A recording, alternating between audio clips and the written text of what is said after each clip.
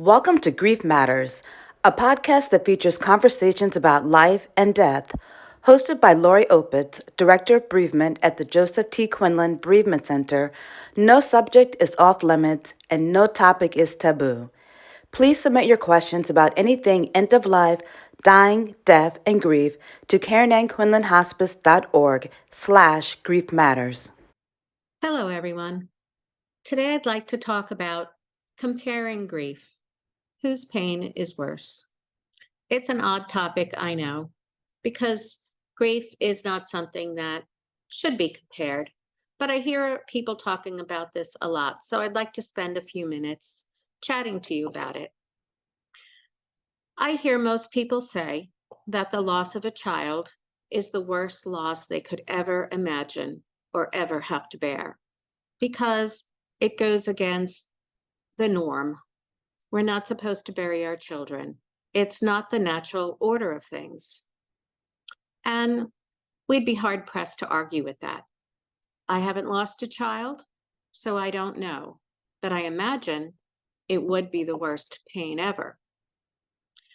I also hear that people who have lost one or more children, it was the hardest thing, but they had a spouse with them, and the spouse shared that burden with them and made it lighter.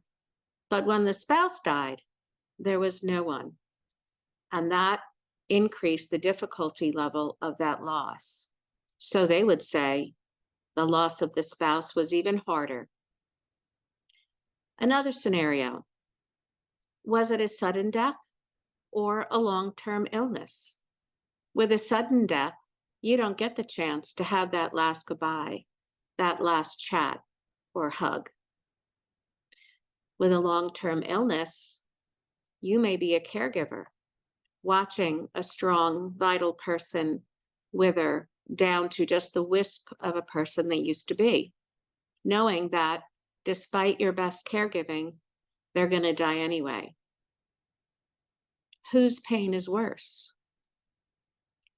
Another scenario, were you there when they died or were you not? If you were there, maybe you're haunted by what you saw. The medics working on them, trying to bring that person back to life. The sirens, the sounds, the screams.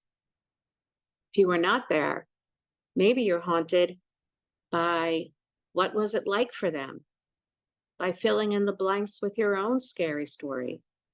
Were they in pain? Were they scared? How long did it last? Did they think of you? You could be haunted by what you did see, or by what you didn't see. I guess the real question is, why are we even comparing losses? It's not about that. Because for me, the pain I carry is the worst pain. I wake up with it, I go to bed with it. For you, the worst pain is the pain you carry for the same reasons. But instead of comparing, it would be great if we were just caring and sharing our journey of missing our loved one. Because as you know, our grief is a reflection of love. And if we each had the permission to grieve in our own way, in our own time, whether anyone else understood it or not, if we just had that permission and could share it, share the burden, lighten the load, and remember that it's not whose pain is worse, it's how loved they were, how loved they are, and how missed they are.